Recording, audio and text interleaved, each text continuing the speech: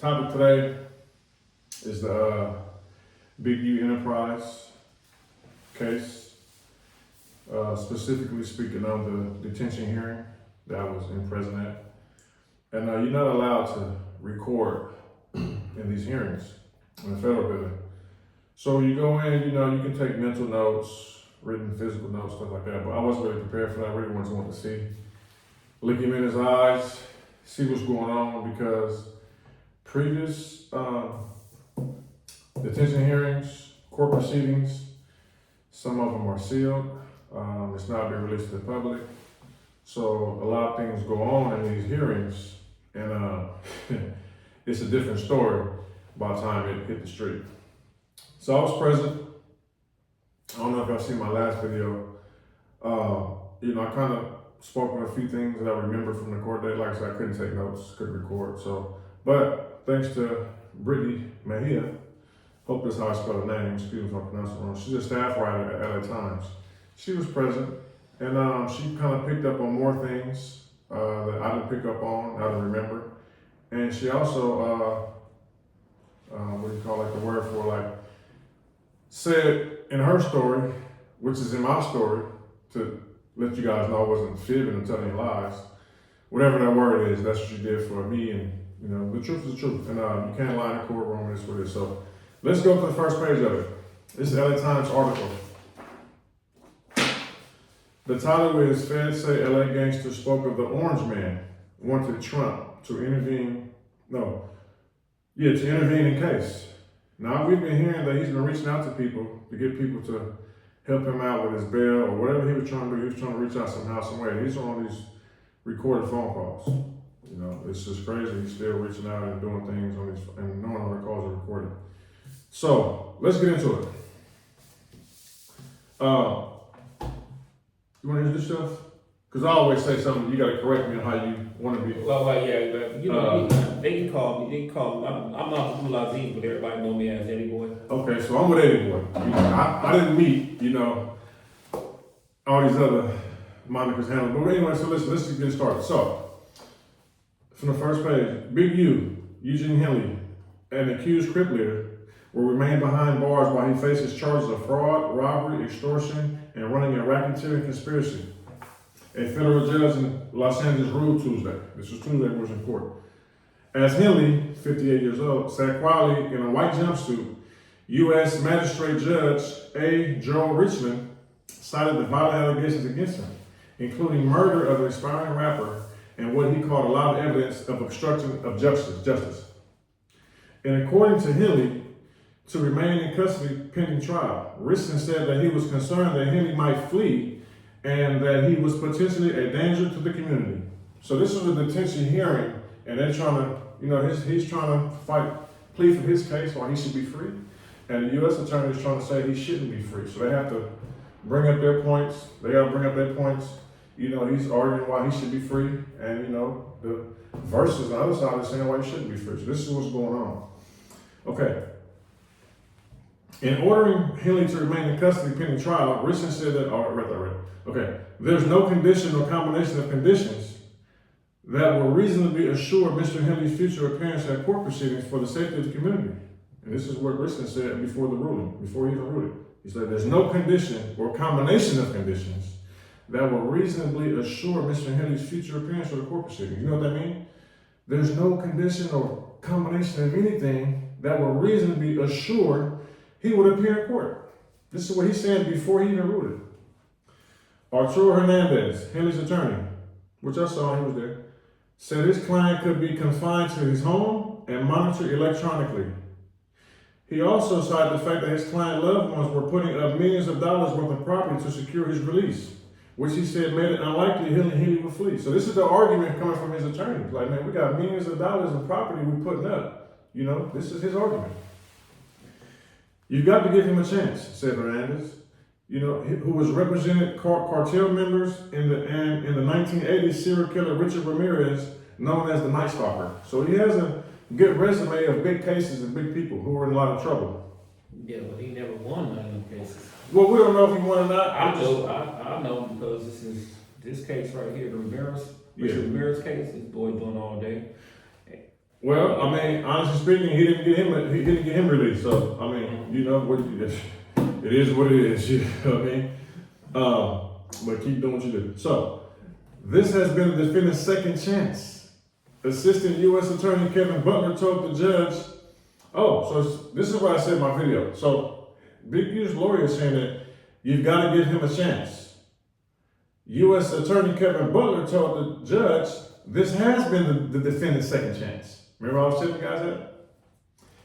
So Henley previously served 13 years in prison for trying to rob an undercover sheriff deputy of 13 pounds of cocaine. He was indicted last month on 43 counts, including tax evasion, embezzlement of donations to a charity which receives public money, and running a racketeering conspiracy in which he allegedly kidnapped and fatally shot young rapper named Rayshawn Williams. Henry has pleaded not guilty to all charges, and before turning himself in, he made videos denying the accusations made against him. I ain't did nothing, quote unquote. I ain't been nothing but a help to our community, Henry said on video. This is the price of being black and trying to help somebody, trying to help your community and do what you can. This is what Henry's saying in his video. After the hearing, Hernandez, he planned to appeal the ruling. Henry's wife, who attended the hearing, also at times wiped tears away, declined to comment. Federal authorities said Henley, who helped launch rapper Nipsey Hussle's career, had created an image of himself as an entertainment industry entrepreneur and someone giving back to the community. But behind the scenes, they said it was a different story. Before the court today is self-professed most dangerous man in Los Angeles. This is self-professed. This is what he's saying. Yeah, self-professed, right? You know what I'm saying? So Butler, once again, Butler is a U.S. attorney. Mm-hmm. Butler said during the detention hearing, the allegations in this case prove that this is accurate description. Do you see what he's saying? The allegations in this case prove that this is an accurate description of his own self-professed most dangerous man in Los Angeles. So they're using his own stuff against him. These are stuff that he professed. It's just crazy they don't use everything against you. Like, you gotta be careful what you put online and put out there. Right. That's the image you're trying to portray. You gotta live up to that. In this situation, literally. Okay.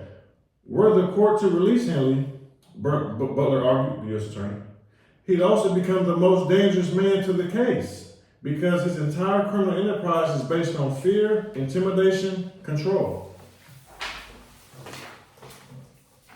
Control of the victims, control of the enemies, control of the witnesses, control of Los Angeles, Butler said.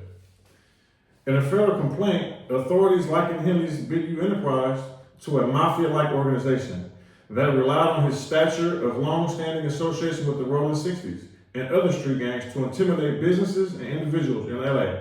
More than a dozen alleged members of the Associated Rolling 60 Crips, including Henley, have been charged in a sprawling criminal case.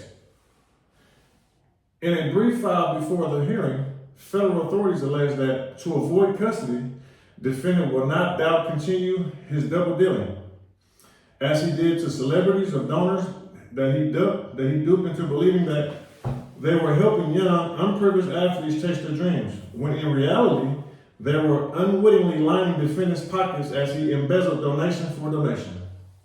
See, all this stuff is documented. I don't know if it's in here, but while I was in the court, they also noted that's documented. He received donations to his development options company of $20,000 US dollars, and the next day, 19,000 of those dollars were transferred to his personal account, and it showed no proof of paying anything from the development options, what the money originally supposed to be for, and this is what it says in the paperwork.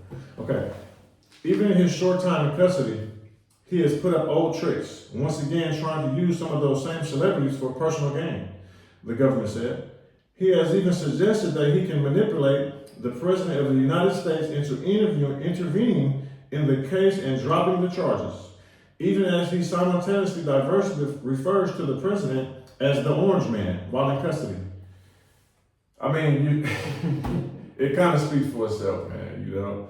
But let's continue on. This court should not be fooled by the good deeds defendant promises to accomplish if only he could close the detention doors behind him. Among a litany of alleged crimes, federal authorities accuse him of directing the robbery of an unlicensed LA marijuana dispensary that has stopped making extortion payments and fraudulently obtaining funding from the Gang Reduction and Youth Development Program overseen by the Los Angeles Mayor's Office. Although Butler acknowledged during the hearing that the murder of Williams was more of a circumstantial case, he argued that the rest of the evidence and the charges cannot seriously be disputed. He told the judge that allegedly extortion was captured on video and audio and on the phone, and that embezzlement, charity fraud, and tax crimes were documented. So it wasn't paperwork. So it was all documented. All that stuff is all documented.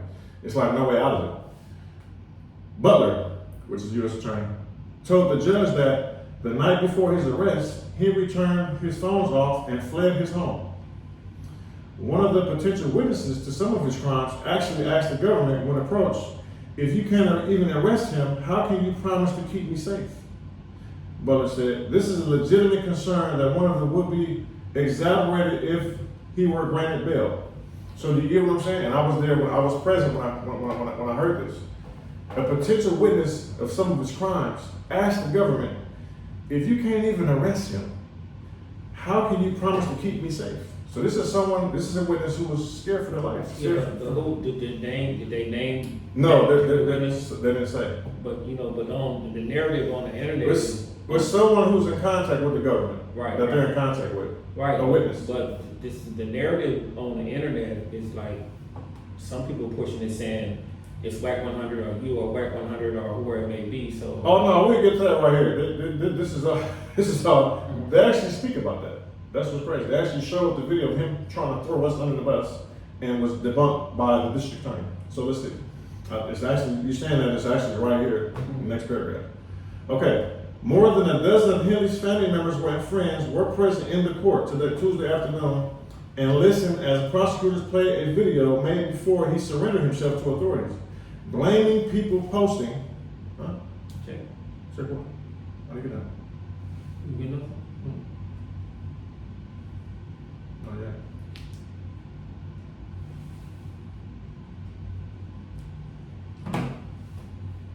So, I don't know where I left off, but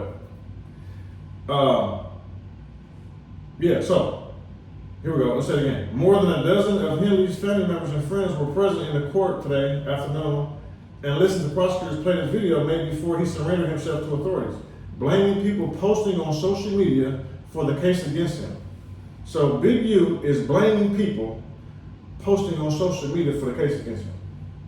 And look what it says. Among those he blamed was Christopher Lovejoy, a boxer known as 600, who was in the front row. So they played a video of him blaming me and other people, Wack100 and 600, as a blame for the crimes against him. But Butler denied Henley's claim. Butler, the U.S. attorney, he denied his claim, saying that none of these individuals have ever spoken to law enforcement on this team.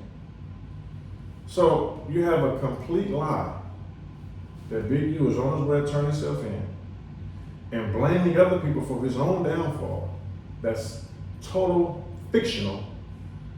And the U.S. attorney specifically says, denied Henley's claim, saying, quote unquote, none of these individuals have ever spoken to law enforcement on this team. Okay, ahead of the hearing, tensions ran high. Henley's family members confronted Lovejoy, questioning why he was in the court and whether he was there to testify.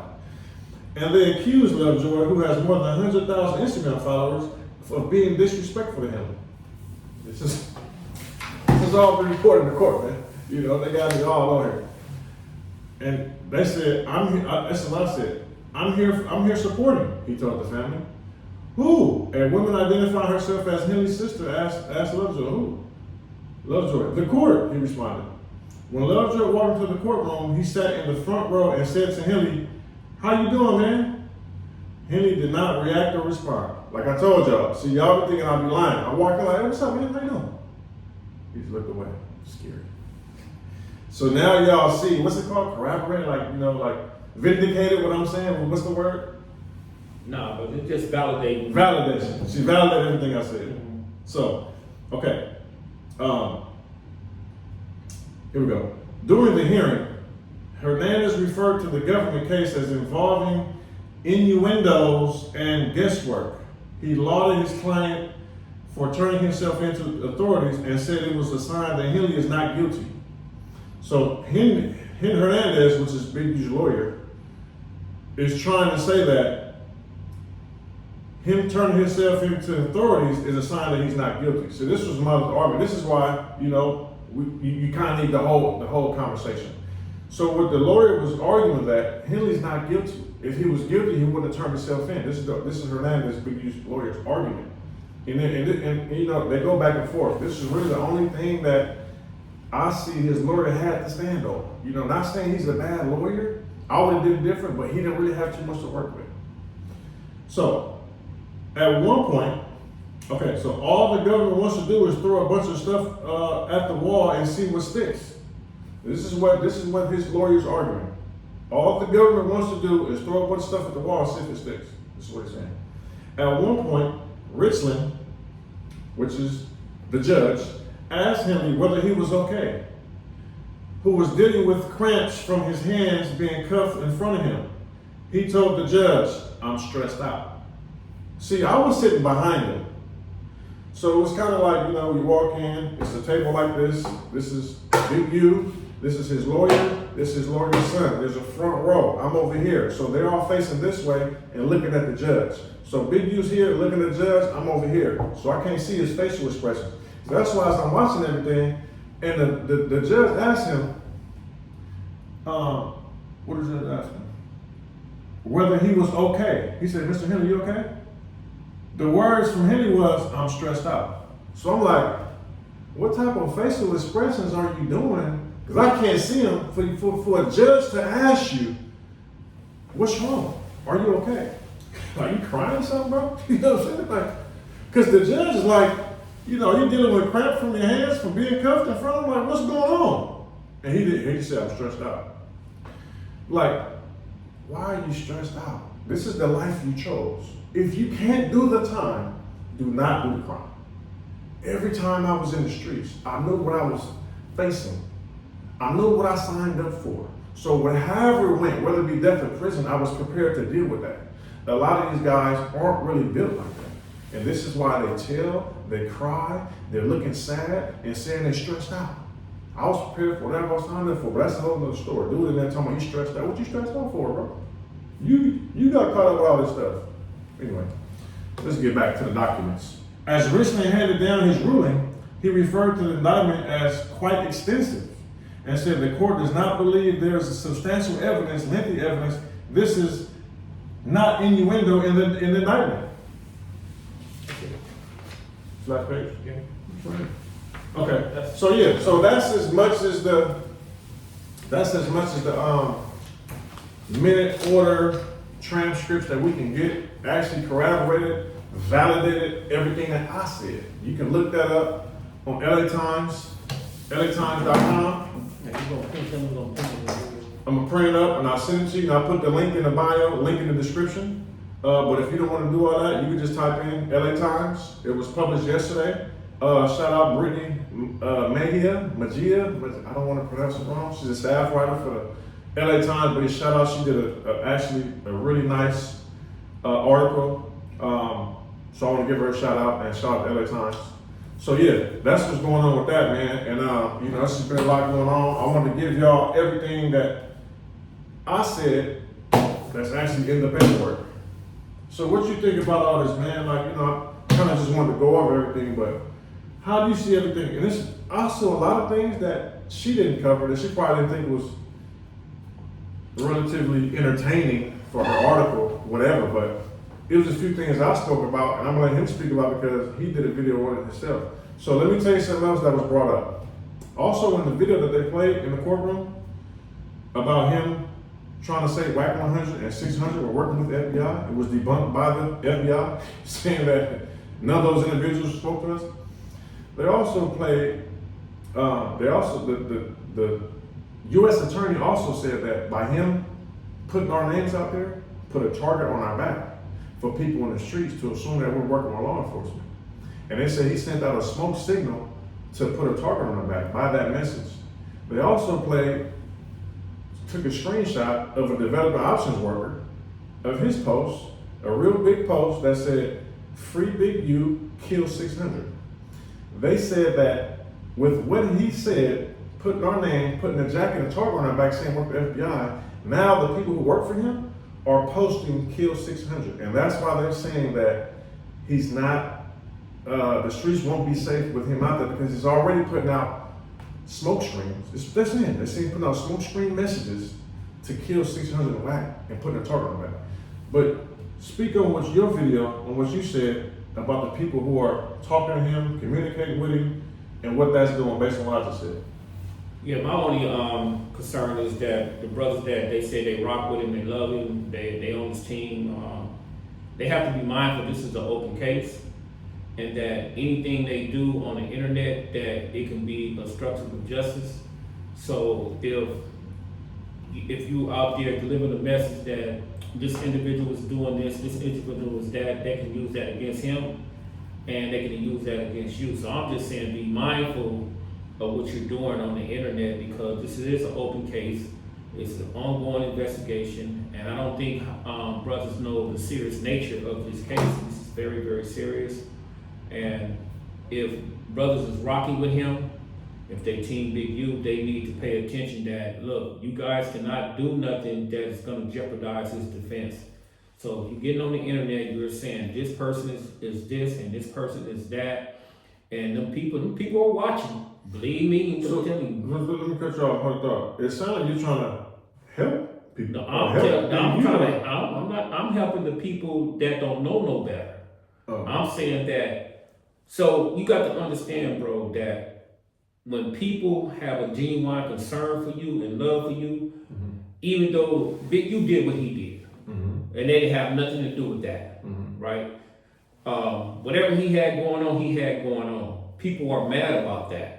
But they don't want to you don't want the whole, everybody else to suffer behind what he has done. Well, I'm not talking about the quote unquote the means that's rocking with him. I'm talking about the people that are passionate, about certain things. So it's like, bro, you just. So you're just looking out for the people who might not know no better. That don't know no better, bro. Right. It's like you don't. Other people, they know better. They know what they're doing. They're gonna continue to do that. But for the people that don't know no better, they have to be careful because this is an open case. Okay. He has already got enough going on for himself, brother. This brother, he's up against him, bro. Yeah, and also, he's definitely being charged with the murder. Like I said, this is why, you need as much as stuff you can from people who were there. So also in the documents, the judge, Hernandez, Big U's lawyer, said that all this about the murder and there's no charges. And Butler, the U.S. attorney, said no, he is being charged with the murder. So let me just tell you something else about the murder situation and how the investigation was going. So when he was first approached by Nevada Police Department about the murder of Rashawn Williams, Big U wasn't even a suspect. Unfortunately, his phone was already tapped and wired, before that. So that's another thing. Yeah, we can talk about that too. So when they came to question the Big U Henley family about Rashawn, it was only reaching out to friends and family who might have known Rashawn Williams. It was not even a suspect. They said that when they reached out, Big U wasn't home, and his wife called from another phone to Big U's tapped wire phone and said, "Hey, they came asking about Rashawn." That drew the red flag of why you would go use another phone to call your husband when we've had you call to your husband on the daily with your regular phone. Why would you go use another phone to call him and tell him that they came asking about Rashawn? So that was a red flag in their investigation. And like I said, it's a lot more to it. There's another guy who was caught a case in Ohio. I believe that's, is it Victim 1, Dale? Yeah, Victim 1, Dale. Victim 1, he caught a case, federal case, and was working, wearing a wire, and was getting extorted on camera, on audio by Big U with Mark Money. So he was doomed either way go, but yeah, so yeah, man, there you have it. That's the documentation, validated everything we said. Let me say something else. We don't come on here to lie on people and, throw jackets on people like that. We really just speak the facts, and I've always been like that, and that's why a lot of people don't like me, because you can't catch me in no lies. I'm getting my stuff either, as far as politically speaking on the streets, I'm not speaking on it until it's actually online. And we talking about anything else, we going by the facts, you know what I'm saying? But there you have it, man. Yeah, but they also have to be mindful that the wiretaps, like whoever was dealing with him, it's still an ongoing investigation. The wiretaps are very, very, very damaging, and I don't think a lot of people know to what extent how much damaging it is, because people on the phone talking reckless. They don't know what they're doing. They doing some stupid stuff, but that's on them. So I mean, what he's saying is that you never know what's coming next. You have the first criminal complaint, goes to the grand jury, then you have the indictment, then you pick everybody up, and it's like, what else y'all got? We got you for this. We got you for this. This is what you facing. You got something for us? So this is when the superseding indictments come out, when this person said, well, yeah, I really don't want to go to jail. I can tell you about this. And you got 19 people up there. And they say, well, I can tell you about this. I can tell you about this. And now you have all this other this coming in. Now, okay, not only we got these first 43 counts, but based on all your co-defendants in your case, they've all came forward and said they have this more stuff. So now we have superseding indictments more. So look out for that soon, because all those guys are out of jail. And, we've never seen nobody get out of jail the same next day from a RICO. It's just crazy, man. So y'all be careful out there. Listen, they all gonna tell, man. You feel me? And like I said, I'm saying about Big E, right? He's told already. I don't expect him not to tell. You know what I'm saying? So y'all know, man. Y'all like, share, and subscribe, man. Right? Right, man. Maintain your discipline. Try not to be in nobody's RICO.